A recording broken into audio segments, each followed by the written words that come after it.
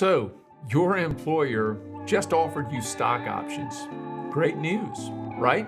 But wait, what's the difference between these RSUs and NSOs and ISOs? And why should you care? They can affect your taxes, your wealth, and your financial future. Let's cover these complicated benefits so you can make some confident decisions.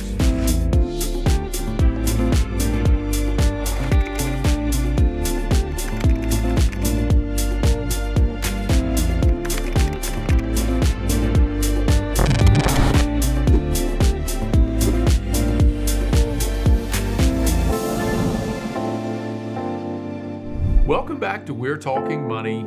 I'm Phil Clark, and today we're unraveling the mystery and complications of employee stock options. Specifically, it's RSUs, NSOs, and ISOs. If these acronyms are making your head spin, don't worry, I've got you covered. We'll go through the workings, their tax implications, and when they might make sense for you. Plus, I'll give you some real-world examples to make it all click. Let's kick things off with restricted stock units, or RSUs. Now, think of the RSUs as the simplest form of stock-based compensation. When your company grants you RSUs, you're basically getting a promise. Once you've stayed at the company for a certain period or hit specific milestones, those units turn into shares of company stock. No exercise needed. But remember, when they vest, they're taxed as regular income based on their value at that time. Consider this example. Let's say that you're granted 1,000 RSUs when your company's stock price is $50 per share. Over 4 years, 250 shares vest per year. And if that stock is worth, say, $70 when they vest, that's $17,500 of taxable income in 1 year. So you need to plan accordingly, because nearly $18,000 of income could bump you into a higher tax bracket. Don't get me wrong, receiving these options, it is a huge benefit, but you need to be ready, and that takes good planning. Now, let's cover NSOs, or non-qualified stock options. Now, these are the most common type, by the way, of employee stock options. With NSOs, you have the right to company stock at a specific price, called the grant price. And you have that within a set period. The big difference from RSUs is you decide when to exercise them, which means you have more control over taxation. There's a catch.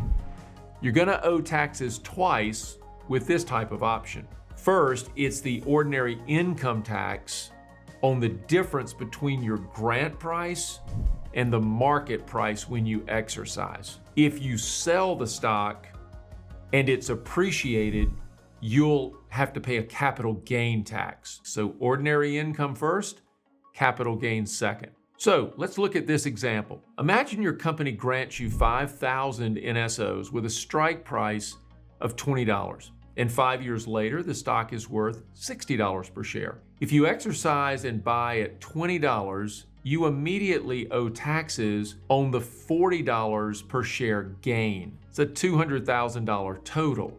Then, if you sell later at $80, you'll pay capital gains tax on that additional $20 per share gain. It's not that complicated, but double taxation, that means you definitely want to plan well. Tax planning is different than simply having your tax return prepared by a qualified person. Planning and strategy is all about keeping as much as you can and avoiding the wrath of Uncle Sam. Finally, we have ISOs. You can think of these as the premium version of all the options. That's because they come with significant tax advantages if they're handled correctly. So unlike the NSO, ISOs are not taxed when you exercise them, as long as you hold them for at least 2 years after the grant date and 1 year after exercise. You do this and your profits qualify for that favorable capital gains tax rate instead of ordinary income. There's a catch. It's the alternative minimum tax, or AMT. That could still apply when you exercise the ISOs. It's true, you get much better tax treatment, but the bargain element that's earned must be reported as taxable compensation, and that's what might trigger AMT. This is a sneaky little tax that was implemented many, many years ago to ensure that certain high-earning taxpayers would be forced to pay at least a minimum level of income tax. The ISO, great benefit, but tax strategy and good planning should not be ignored. Here's another example for you to consider as it relates to the ISO. Say you receive 3,000 ISOs at a $15 grant price. 2 years later, the stock is worth $50 a share and you exercise. The good news is there's no immediate tax bill, but the AMT calculation might apply on the difference between $15 and $50. If you sell after another year, maybe the stock's at $80 per share, all of that gain qualifies for long-term capital gains treatment instead of the ordinary tax rates. That could mean a huge savings on your tax bill. So what's the best choice for you? Well, it depends on your tax situation. And of course, it depends on what your employer might be offering. RSUs are straightforward, but immediately taxable. NSOs, they provide flexibility, but they will require some careful tax planning. ISOs, the premium option, they offer the biggest tax savings, but they come with holding requirements and you have to consider AMT. So there you have it. All the stock options, RSUs, NSOs, and ISOs, simplified with some real-world examples.